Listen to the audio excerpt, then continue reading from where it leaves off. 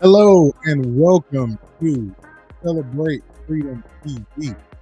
And I'm so excited to be with you again on this Saturday. Listen, I need you to do something for me right now before we do anything else. You know what to do. I need you to like and share this video ASAP. We have a guest today that is going to have a tremendous testimony when it comes to managing anger and overcoming anger. And we want everyone out there to be blessed by this story, by this testimony. So I need you to like and share right now. Like and share, like and share.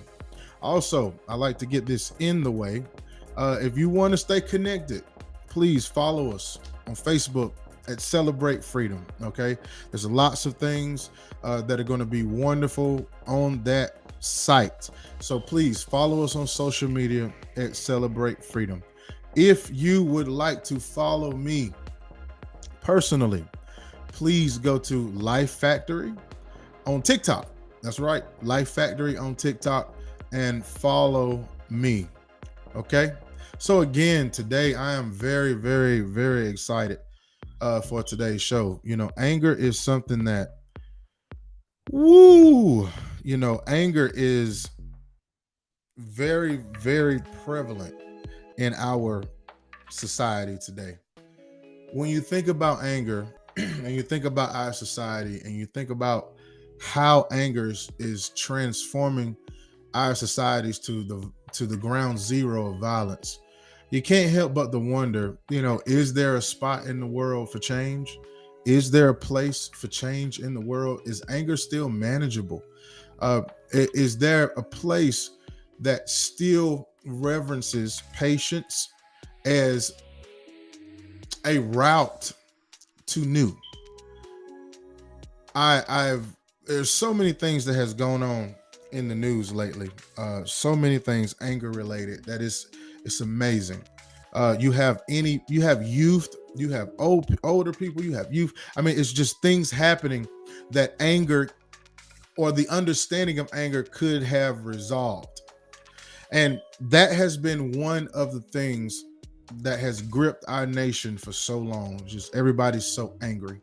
Anger is one of the chief saboteurs of the mind. Anger will wrap around your mind, and anger will cause you to speak out of perceptions and to see out of perceptions that have nothing to do with God. And we just want to encourage you through this broadcast that anger can be managed and anger can be overcome. And as a matter of fact, we have a story of that today, a testimony of that today, and our special guest. So, without further ado, I would like to invite Opal to the show. How's it doing? Hello. It's doing great, doing great. I know that's right. So, I am so elated to have you on the show today.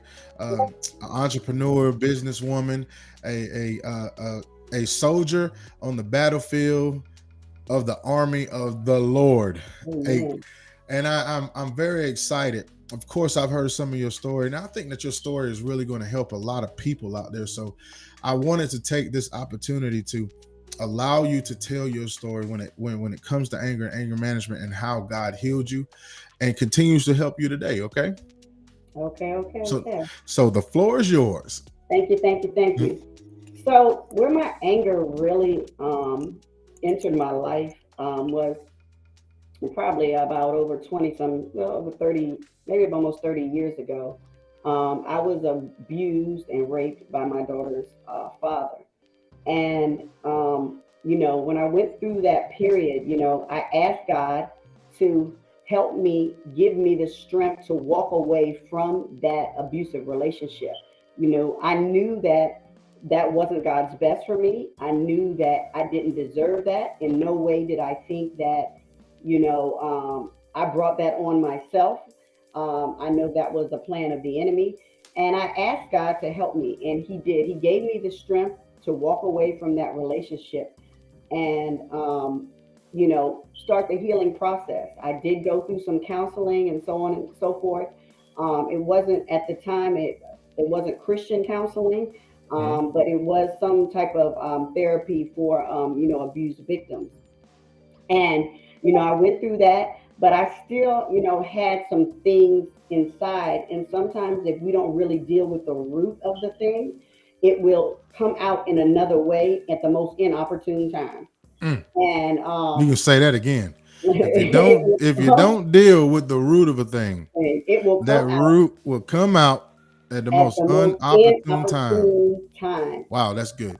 And so you know because was abused, that anger and that lack of control that I didn't have in that situation, it came out later on and years later in my life, in my relationship, actually with my husband. Hmm. I became that person that abused me, and it was like an anger would come over me, and it would be little petty stuff. It wasn't even something that warranted me to act that way. And I became the person abusing verbally being demeaning, and even physical, to a point sometimes. And I had an amazing husband. I mean, he didn't retaliate against me or anything Hmm. like that. He knew that there really was some issues going on here. Like, what is going on? And it even came to a point where he told me, like, oh, boy, you got to get some help. You need some medication. You need something, And I said, okay. And so I went and I even got on some medication. And even the medication, that's why God works in many ways. He works with medication, He works with counseling, He works in different ways. And let me tell you, a lot of times people don't want to get on medication, but that medication helped me because it helped me. And I was only on it a short period of time. It helped me to, when things were happening, it would make me think before I reacted.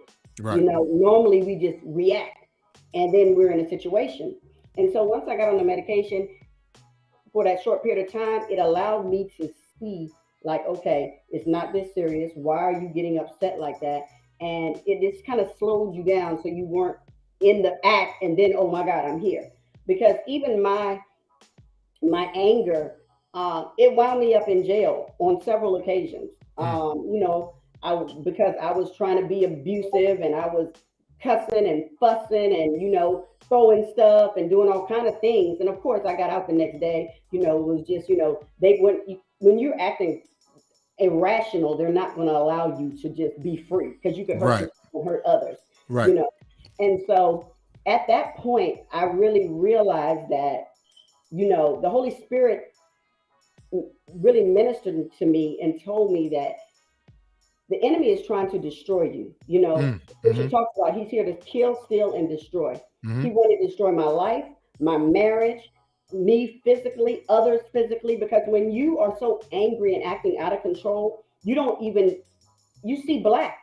You don't Right. red. You don't care if it's a child, if it's whoever, that's in the midst of it, and you're just like totally out of control. And so which the Holy Spirit really began to minister to me and let me know this is the enemy trying to destroy you, Opal.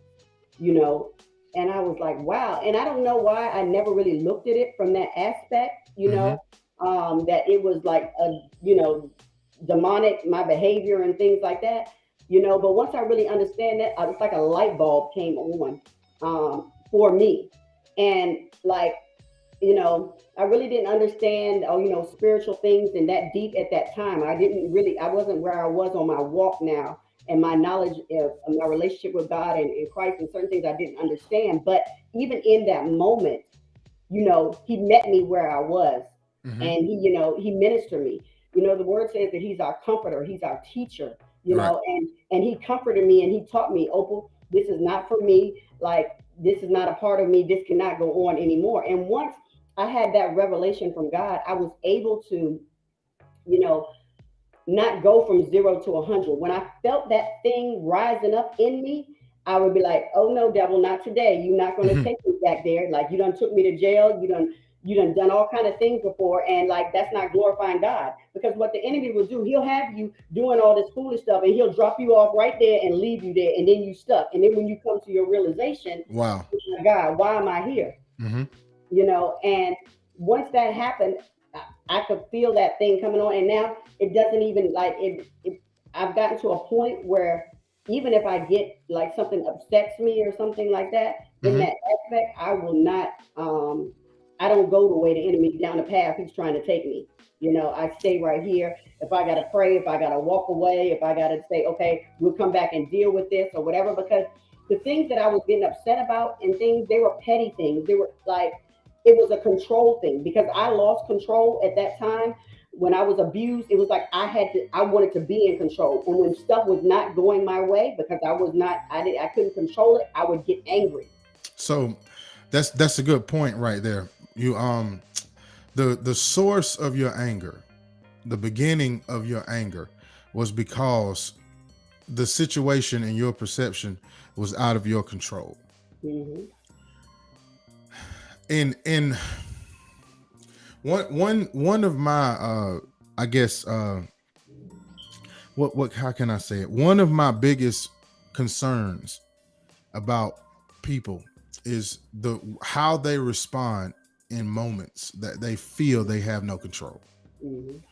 9 times out of 10, and we talked about this, some of this on the other night. Hmm. Whenever anger stirs, it's normally not about the person, but it's normally something that the situation or the circumstance, you know, where you feel like, okay, this is something that you shouldn't be doing. Like you should know you shouldn't do this. Hmm. You should know that whatever you are doing and whatever is happening to you at that point, like that person should know, that individual should know not to do this. And it's funny because anger and you had alluded to, a situation where you weren't your anger didn't come out until later. Hmm. That's interesting, and I'm gonna ask you a question here and let you elaborate on it. Why do you think that the anger at that time, you know, you were out of control? At the time you were out of control, uh it didn't come out then, it came out later. You understand what I'm saying? Hmm. In other words, your anger started, it was birthed with that situation, Hmm. but it really didn't show its head, it didn't come out, until later on in another relationship. So how did that dynamic work? Do you, in other words, do you think your anger can that your anger was covered by fear? It was covered by, of the circumstance, or you know, I, how I does think that? I think I felt like because like I went through the counseling, Mhm. at the time that like okay, I was good. You know what I'm Right. saying? Like I dealt with this, like I faced it head on. I didn't, run. I felt like I was good, but that thing was deep rooted. Mm. It was deep rooted, and Hmm. you know because a man did this to me, anytime I felt like I got close to a man, like, my, the man that God had sent for me, that's when I feel like because I didn't dealt with that, like the enemy was going to use that to destroy my marriage, destroy, my destiny, where I was supposed to be, what my husband and I are supposed to be doing in ministry. I felt he knew like how powerful we would be together and the things we could do for the kingdom. And at the time, like it's like when you're going through the motion of the anger, like Hmm. it's like you're not going to stop until you have satisfied that. For Right. lack of a better term, like it's like you got to satisfy it. You got to work it all the way out. Like you could do one thing and say you do this and do this to this, but you keep on going till that emotion is satisfied. Right. And that's why a lot of times I wound up, I wouldn't stop. Even the police were there, and they said, "Bam, we going such and such." And the anger just had me to the point I didn't even care that the police were there. It didn't matter that your rational cognitive mind is not even there with you when you're in that moment because Right. they're telling you, "I'm about to take you. If you don't calm down, you're about to go." And that didn't make me calm down. It even enraged me more. Right. And So so, like I said, it'll pop up at the most inopportune times. right, because you're looking at too, we're looking at this, this rage and this anger, and we're understanding that, okay, we do have two types of anger within us. We have a divine Mhm. anger and we have a human anger. And we do understand that this human anger is very, very self-centered, is always in a place to where it just wants you to do what it wants to do, and it's very retaliatory in its response. So I wonder why do people get angry at situations that happen to them, but then they lash out on other people. You see what I'm saying? Right. Hurt people. So but you said you went to therapy. You was listening to the therapist and all this other stuff, and still didn't really get the help you needed. So what were some things? How did God show you? What were some things God showed you, or some ways He showed you? How did He show you, where you were, and how did He help you from where you were to the understanding of, wow, I need to watch this. I mean, he showed me that, this is not how I created you to behave, act. Like, this is not of me. Like, when you're in this type of anger, this human anger, that is, we learned in, it's like, it's not, it's not divine anger. It's not a righteous anger. It's more like a demonic anger, because, you know, I gave you this husband, this amazing husband. I handpicked him for you, and you're treating him like this. He doesn't deserve this. Right. He doesn't. You know, he didn't do anything. He's not. He's not that guy. Right. But what I felt, the anger that was coming out should have been directed to my daughter's father, not him. You know what I'm saying? Because that's what happens, though. If you don't deal with it, then it's gonna be trajected onto somebody who doesn't even deserve it. And God really had to help me, understand and see that this is not how I created you. I'm sorry that this happened. I mean, even minister me, I'm sorry that this happens to you, but this is not the way to get it out. Right. Not the way to get it out. And just we're getting in my word, reading the word, like, and I did get to some Christian counseling in there after. The initial thing was like 30 years ago, but like, Right. in the latter part, I did some Christian counseling, and I understand, and I had to deal with it, because in that other counseling, I don't really feel like I really dealt with it. I felt like I just went through the motions. Okay, I'm going to counseling, I'm better, and I'm fine. And that wasn't the case at all. Right, because it seems like anger is just uses us as an incubator.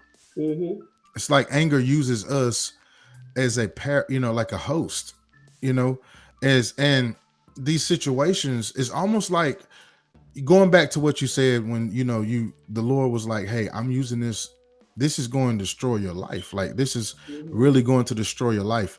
It's like fear, or putting you in situations that cause fear, is really a facade for anger to be planted. So it's easy to get out of these, to see the situation and be in the situation, because what you went through, man, I thank God for your testimony. You made it out, but it's like you were put in a season of fear, not just to be in fear, but to birth anger at the same time, unhealthy anger. And now that unhealthy anger lies in that season of fear. It just lies dormant. It just sits there, lies dormant. And then the next time you get into a relationship, you go to another relationship or another job or another place or whatever, the root of that fear, which is anger now, raises his head out of nowhere. I have definitely seen and been a part of that. It was like, these folks didn't do nothing to me, where I'm at. Or even if you're in a situation right now where, somebody physically did do something to you, and you find yourself angry. I want to ask the viewers out there, have you ever been angry without fear? Wow. Have you ever been angry without fear? And this is why we have to really unpack it and uncover it, and look at, okay, that emotion in that way. I can't think of any, I can't think of situations where anger did not develop from fear as you're Mhm. talking, and I'm thinking about what you're saying, You know what? and And go I ahead. just, I just had a revelation just talking right here, like Yeah. that I never really looked at. Like I gave up because I didn't press charges, like I let it go, whatever. And I Hmm. gave up the opportunity to address him and it at the time. And then because I gave up that opportunity, I'm putting that anger and that fear where I could have directed it toward him through court and legal manners. Right. I didn't at that time, and now I was directing it toward somebody who didn't deserve it because Right. I gave it up right then. I could have he could have got it whatever, his day in trial and maybe punishment, but like it was like, man, he did that to me and he didn't get anything and it didn't happen with him, and I didn't do that. I wasn't able to like punish him, so I'm punishing this person. Right. And it's like, okay, we we look back at things, and we say, okay, well, we made that decision. Like you said, you made that decision not to press charges, not to do any of that. And I think that because even though he did what he did deep down on the inside, there was a love for God that could show you that he was just, out of his, not in his right mind. Hmm. So you say, you know what, I love, what, for whatever reason, I'm not afraid no more. I'm not afraid of you. I just want to get out the situation. Hmm. Then we walk away and we start thinking about that thing like, wait a minute. We start thinking about, I should have did this, and this, Hmm. Where does that even come from? You know what I'm saying? Because now when we first made the decision, to walk away and say, all right, yeah, I'll forgive you, but I won't forget. You know Hmm. what I'm saying? And now when we walk away like that, what we're really doing is we have allowed anger, to really still kind of linger. Hmm. You know, we haven't really, we didn't really deal with it, and say, okay, I'm very angry right now, but it's not a retaliatory like you were. I think that in that time you were operating in a divine anger. It's like I'm angry at him, but I'm gonna let God have his vengeance. Hmm. And then we get in situations and circumstances, in new situations and new circumstances, and then all of those feelings start to mount up, you Hmm. know and then we feel as though, oh no, I'm going to handle this situation this time Yeah. differently than what I did the last time. And anytime any type of opposition comes up, like, if you feel like you got to retaliate back, and it's Right. not even that serious. It's not even, it's minute. It's not even anything considered that, but it's any opposite. I got to take control now because I don't want to be, I lost control. I didn't have control in that situation. So I got to have control. And then if I got to have control, it doesn't go my way. That's when the anger takes off. Wow, I just heard this while you were talking. The birthing of anger, or let's say the consistency or the keeping of anger, or what anger uses to stay with you, is through that channel of control. Hmm.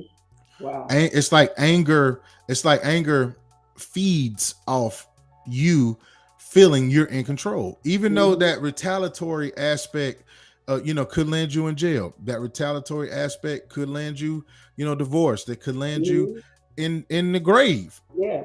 They don't But care. it don't care. Hmm. it They it don't it, care. it feeds off of retaliation and control. It feeds off of, okay, you now are in control.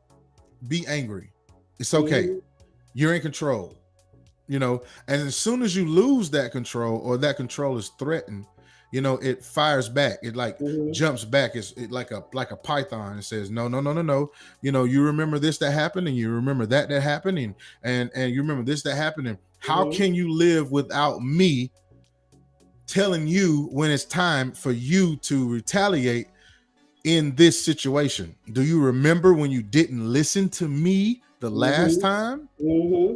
you know and you get so used to listening to this perspective Yeah. that now you feel like, without anger, I'm being fake. you know Yeah. oh my Yeah. goodness. You Like know what I'm you, saying?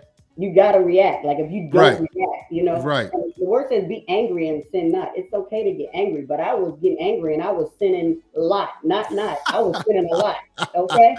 Right, right. I was sinning a lot. Like, and it's just like that Holy Spirit, man. He just comes in and he just helps you. He helped me. Like he had to make it plain for me. Mm, And now, like, I mean, it's been years since that is, I've had that type of anger. And now, when I get angry or I get upset, like I have coping mechanisms. You have to have coping mechanisms that's good. in life when things are happening. Like you can't go back to what wasn't working for you. Like that was not working for me. It was taking me almost getting locked up. I did get locked up, but I didn't get any charges or anything. But like you have to have coping mechanisms. It might be prayer. It might be call up a brother or sister. I feel like I'm getting angry. I feel like I'm going through. Take a walk away. Like the enemy does not want us to do any of that. He wants us to react. So he can drop us off after we've reacted right over here. And he's left you now. Oh, look at you. Look where you at now. So you have to have coping mechanisms. And it's hard sometimes to walk away. It takes a bit, say, be the bigger person. Sometimes you have to be that bigger person, Right. and walk away or go out for a drive, do anything, to like let that moment pass because the enemy wants you to react on that moment, on that emotion, on Mm, that lack of control. He wants to take you from 0 to 100. So when you see him coming, you have to say, okay, I see you coming. I'm making a detour and I'm going this way. And you have to have like, for lack of a better term, an exit strategy when you get angry. You have to have exit strategy. right, because because he makes, or anger makes itself seem like it's the anger, it's the exit Hmm. strategy.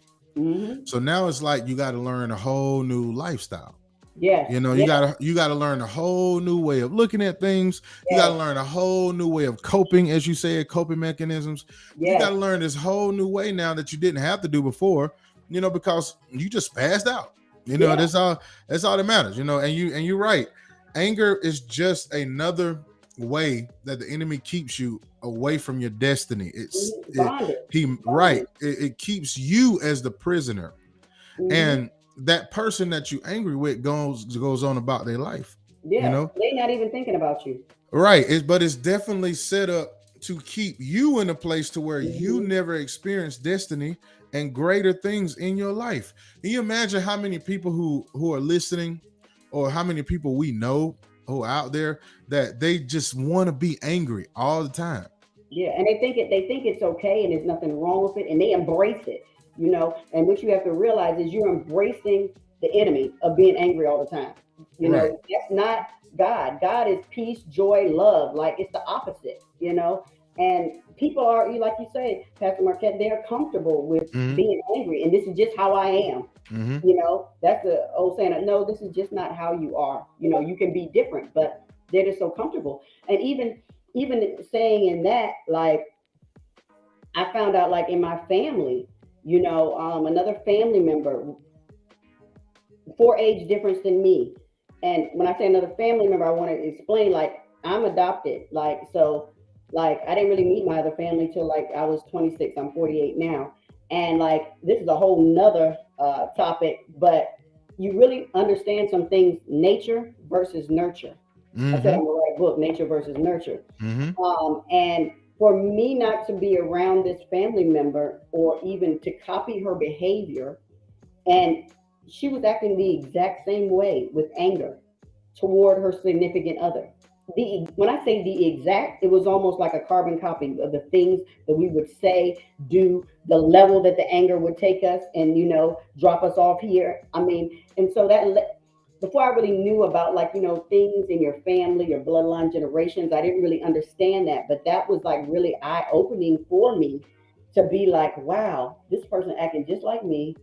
This is not learned behavior because I didn't grow up with them. I didn't copy them. I didn't see this. I saw the exact opposite, in my household. I didn't see any violence, any anger, any of that stuff displayed in our home growing up. So for me, it really was like, wow, this spirit world is real.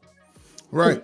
Because just because we didn't see it growing up doesn't mean that life doesn't present us Mhm, with our own circumstances. So, mhm, you went through you were fortunate enough not to see it coming up, but then you were thrust in Thrust some into it. into some circumstances that you know was trying to take you out of there, Yeah. and you sitting and you saying, okay, you just don't realize, like, I'm not trying to lash out, I just don't realize that how hurt I was, Hmm. and you're managing it, but you're not managing Yeah. it. Yeah. A You know lot what of I'm times saying? we think we're fine, and I was far from From fine. fine. Far from fine. I mean, it took years for it to really come out too. It was like, that probably happened when I was like maybe 20 Hmm. or whatever. Maybe 20 I was, maybe 20, 19 or 20. And like I'm 48 now. I've been married 10 years, 11 years this year. So it really didn't come out to maybe 10 so years later, 10, 12 years later. Like it was suppressed all that time, Right. you know. And that's another thing. So, suppressed anger,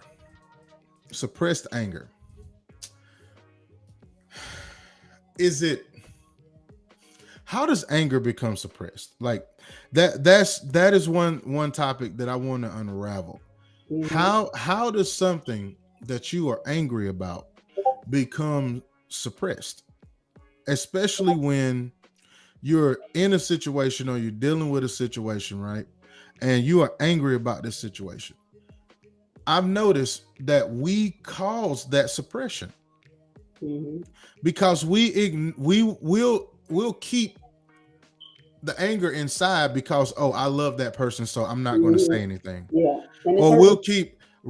we'll keep suppressing it because, oh, that's my homeboy, my homegirl, or my this, and then we don't do ourselves no favor. We just be suppressing, Mhm. suppressing, suppressing, Depression on suppressing, top of on top on on top on top, top on on top, on top on top. top until you Right. explode. Right. And like in that situation, you love that gentleman. So, your anger was suppressed, suppressed, suppressed, suppressed, Hmm. and then now he's out your life, he's gone. Hmm. You never got to release the suppression. Pushing toward him, who it was Right. directed, and Right. and so you just have it down here. And that's what we see in this generation now. That's what we see, Hmm. just improper, unhealthy uses of anger. Hmm. Just you're suppressing it by your decision.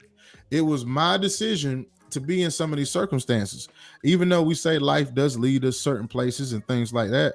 But it was definitely my decision. And now I'm making a decision and I'm suppressing, suppressing, suppressing, suppressing.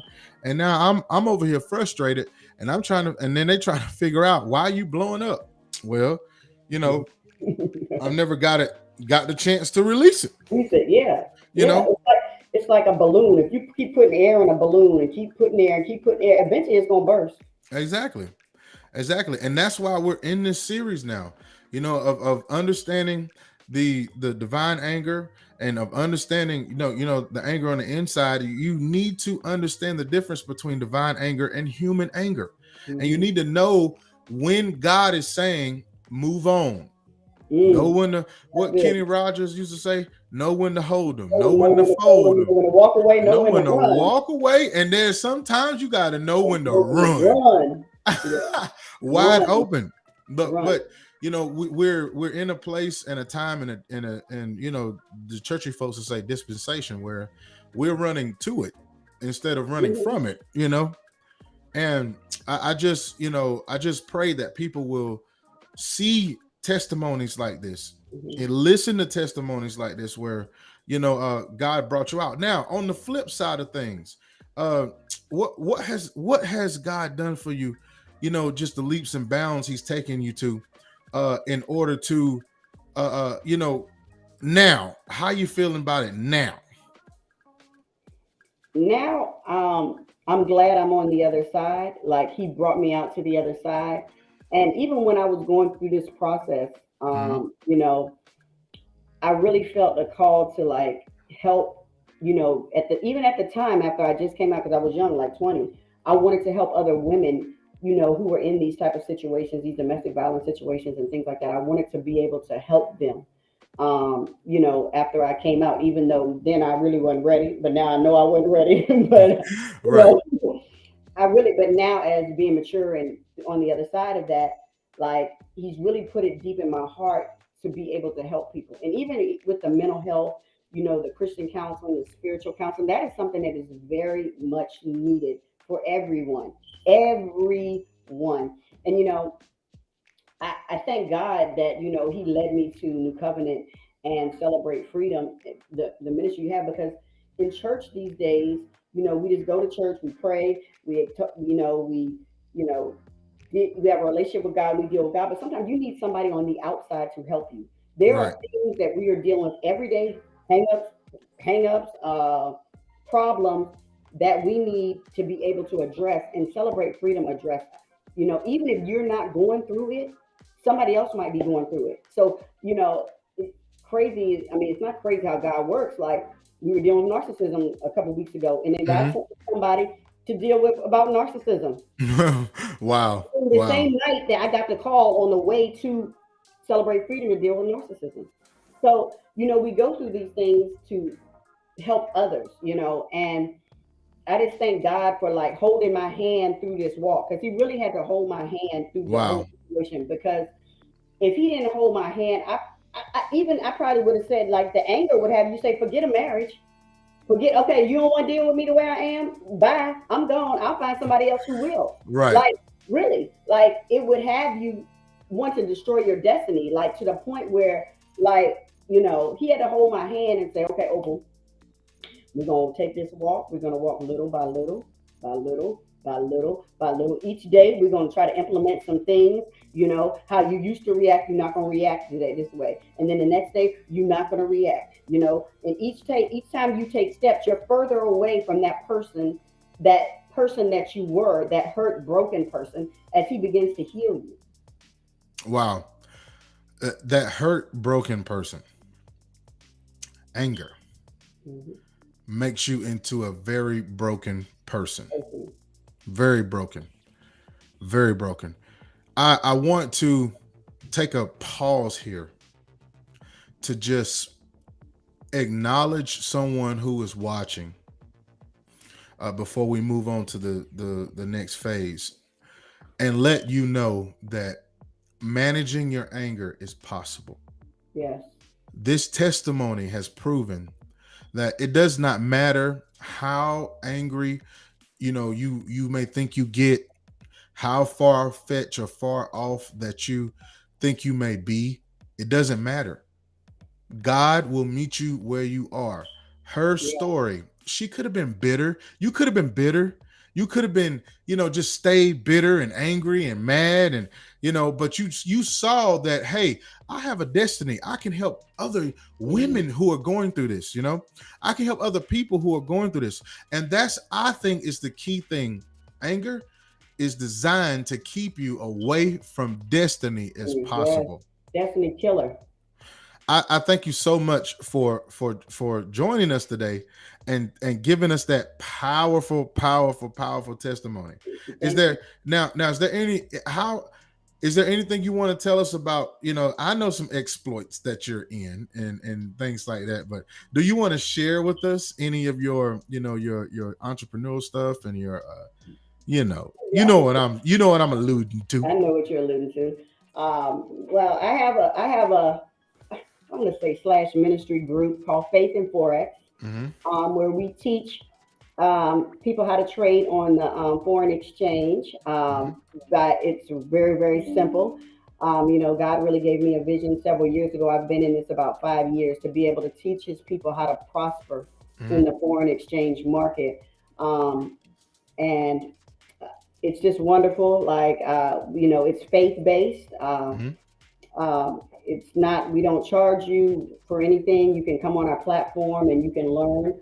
You can learn for free. We get on a couple of every day in the morning and trade together as a family. We do some other things together, cookouts, trips, and things like that. It's just a nice fellowship, because the foreign exchange market really is something that they didn't teach us in school and things like that. But we want to get our piece of that $6.6 trillion a day industry that it is.